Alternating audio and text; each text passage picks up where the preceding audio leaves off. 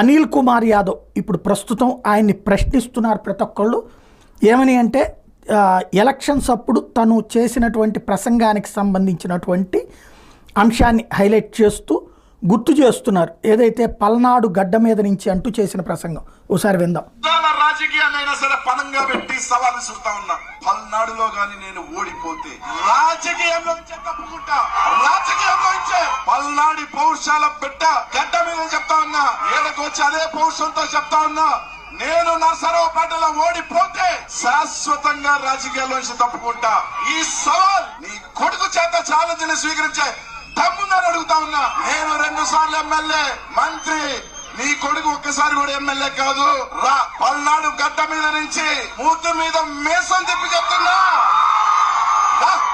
నీకు చిత్తూరు పౌరుషం ఉంటే, రాయలసీమ పౌరుషం ఉంటే స్వీకరించు. నువ్వు కాకపోతే నీ